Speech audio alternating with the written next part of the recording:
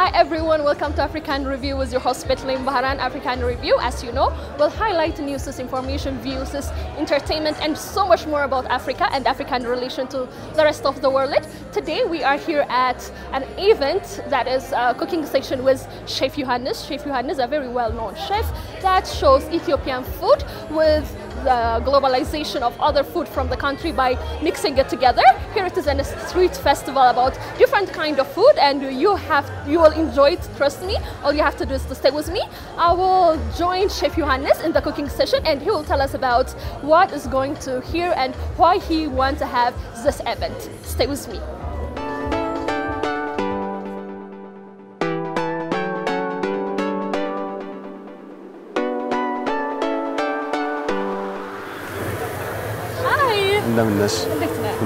Welcome. Thank you so much. Actually, welcome. I know. It was such a nice event. It is. We are having so much fun. Thank you so much. We are having fun too. So I know you are busy. Thank you for making the time with me. My pleasure. So, if I'm not mistaken, the idea is street food and something a street festival. Correct. So this is something we wanted to do as a pilot to see if that's a concept that can be taken broader. The street food concept would be a very interesting aspect to explore, especially since there is a lot of street food options in Addis, but never been valued in a way that it's included in our culinary legacy. So by bringing food to the street, we're hoping to include those kind of concepts and show people that you can actually have fun outside, gathered, of course as safely as possible. Another point is what makes this event quite unique is that 3 restaurants came together in organizing something a bit different, specialized, so that each restaurant was offering a specific type of protein. So chicken for Lucky Restaurant, Flirt was on the beef section, and we were as usual on the fish. So what we propose is all you can eat concept with 2 hours all you can eat, where you get to experiment and taste the different type of meats and flavoring. Some of my favorite recipes were included as well. So yeah. And we got the chance to test so much one, and it was very tasty. Yeah, you liked it? Exactly. I'm glad. So I just want to focus on one of the foods that was serving, the fish one. Okay. And we have the knowledge that you recently opened a restaurant, a salad or a fish house. Correct. So how and why? Because it's a bit curious, people serve in different restaurants of fish, but not a specific house. So why a fish house? Because first of all, there's so much underlooked within the same product. Fish is a product that has been so undervalued in our culture so far, but that brings so much health benefits and at the same time so much taste profile. So we wanted to explore more that dimension, at the same time showing that you can specialize in something and still make a business out of it. Most restaurants right now, we're used to having from pasta to injera to everything stock-wise, but we can actually minimize to do something specific. But even within that specific range, you can actually do a variety of meals. I think it answers also that Ethiopians have variety kind of fish. For sure. So that's one thing we were able to discover when we went deeper on our research regarding to fish. We were able to discover more than 200 species of fish in Ethiopia, among which 57 are actually edible. Edible because the communities within those areas are still consuming it. So by bringing those fish to the city, we want to see the taste profile of each fish so that you can, at the end of the year, say, these are Ethiopian fish and this is how they taste like.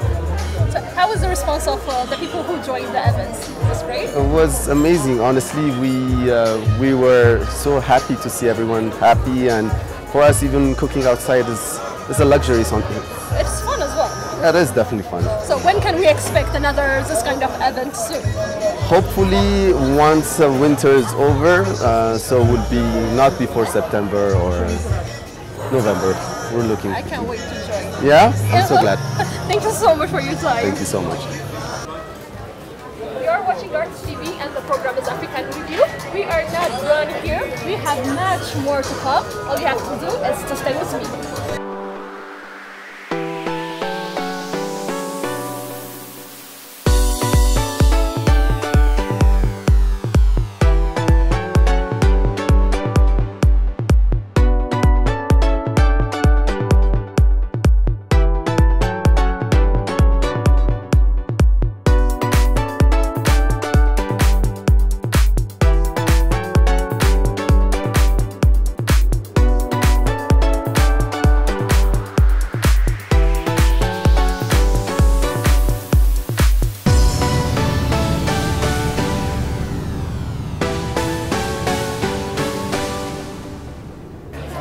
You are watching African Review with your host, Bahran, and we are at a very nice street food festival. And I am here with Michelle. She's going to introduce herself well, and she's going to tell us how the event is working, and we're going to talk a lot about Stay With Me.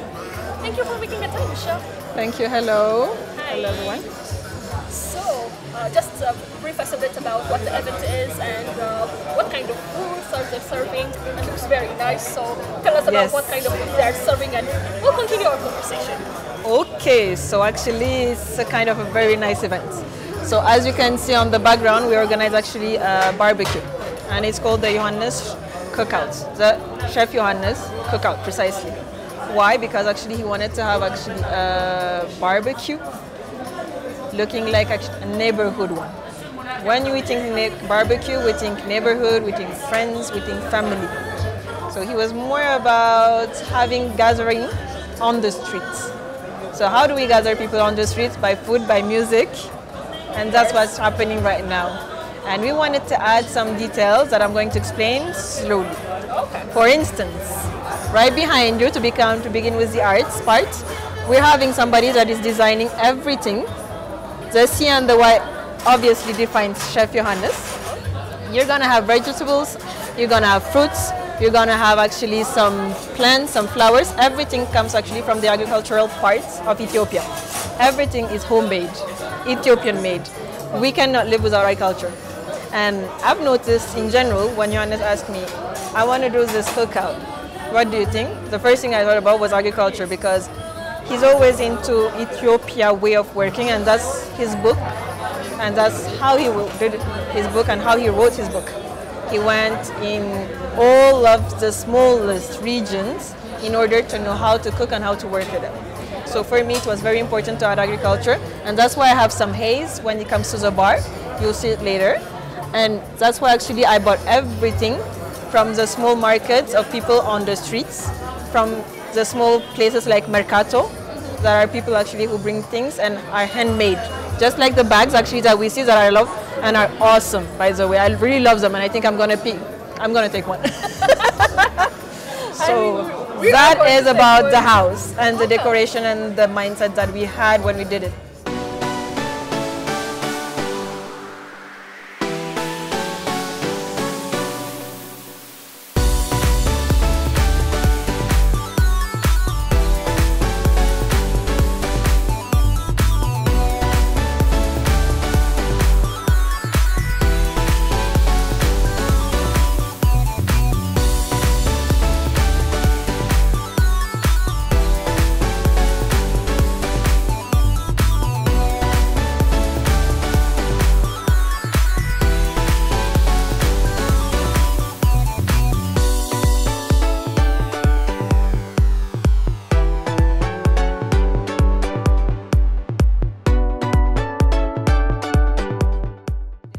And we also had some people actually from the street food that, you know, sell ambasha, olo, that have pasti, that came in the house to propose. And they left already, but they were proposing actually some food of the street that already existed. It's not something that is new in Ethiopia. We always buy things on the streets. I'm the first one buying ocholoni, for instance, on the streets. Like, it's very common. So we wanted to add everything that we have on the streets and in the country to this event, and putting it with the city life as a street fast food. Exactly, and it's very beautiful that people get the chance to gather. I think this is what we have to celebrate: eating together, working together, and doing things together and having fun together as well. So, whatever this industry is reminded, there's the service and the hospitality. And we heard that you are an expert on that. So let's start with the Ethiopian hospitality industry, and let's move on to the world. Okay. When it comes to Ethiopian hospitality, we naturally have kindness. We naturally have respect. We naturally have some things that we are taught when we are born, actually. Exactly. When the day we're born, they teach us some values like family is important. Like, be polite. I know everybody will say, yeah, but in every culture, in every place. Yes, but when you arrive in Ethiopia, even when they say hello, they like bow down, which is something that is important. When you say hello to an elder person, how do you say hello? You hold your hand and you bow down, which is something that you don't have in other countries if you see, which is something particular. So the kindness is one part of hospitality generally. We always ask you to be kind, to be polite, respectful. But there's something actually more that I would like to add that I've seen that actually is lacking is not because actually it's bad or it's not in the culture, in the personality, it's just training. Service needs just professionalism. Professionalism is different than being kind. Even though in hospitality you have the main words, kindness, being respectful, you have to be giving attention is important. They give you attention, sometimes too much, by the way, just because I don't know where the gap is and how to do it. So for me, it's really about being more professional through training. And that's the main point and the main reason why I generally actually insist when I talk to people that have, or even managers in general, and I always ask them, did you train your team? The first question is always that. It's not about actually, yes, I know how to do it, I've told them. No, it's not about telling. The first thing, you need to train the team. After training them, you have to show them how to do it. Then you do it with them, and then you let them do and you correct them if it's not okay. There are steps to it. And I work with Johannes because we've known each other since high school and we are friends actually. And he was actually opening Asabit. Asabit just opened, which is a great, seriously, I'm happy for him. And he needed actually that service experience and hospitality experience. And that's where actually I entered. And I helped him around with the service and everything. And he's quite happy about it. Because holding a team, like any place in the world, managing a team is not easy. And I would have loved actually to know how people train their teams here in general, hotels, restaurants or bars. And generally that's the complaint that I have from friends that want to visit and visited already, is the service is not really there. And it's a main important thing, knowing that tourism in Ethiopia is big. Like, seriously, the biggest for me in general in Africa, not to be mean with any other countries or anything, because they say that it's a motherland. If it's a motherland, people should be like knowing where they come from and what's going on this land. But for now, we're not exploring that horizons that much, but we are starting. And the start is very well, by the way. We have lots of places like in Toto, Unity Park, which is very good. The things that are being done in the southern of Ethiopia that I've seen, there are some things that I'm really excited and I'm waiting to see, because I'm pretty sure and I'm sure 100% Ethiopia in the following years is going to be the main destination of tourism in Africa. We have everything. We're lacking, I mean, everything is here for us to make it work and to introduce and make our country be discovered and discover ourselves. Let's begin by ourselves. Discover what we have. Exactly. That's how I see it. And it's actually the food is telling everything. So we coming to the food. Exactly. Actually, it's something related. So we are seeing the food together, but we eat it every day, not like this. So this is what we can get. The corn is something we can get on the streets. Indeed. So, that's why. I think that's the main idea of the event, bringing it together. Bringing so when can we see you naked with a huge, I hope, very big one soon? It's supposed to be actually, we are planning to have some events planned every year, like a food festival, street food festival like it started now. This was just the beginning. The next is yet to come, like they say, and it will be better.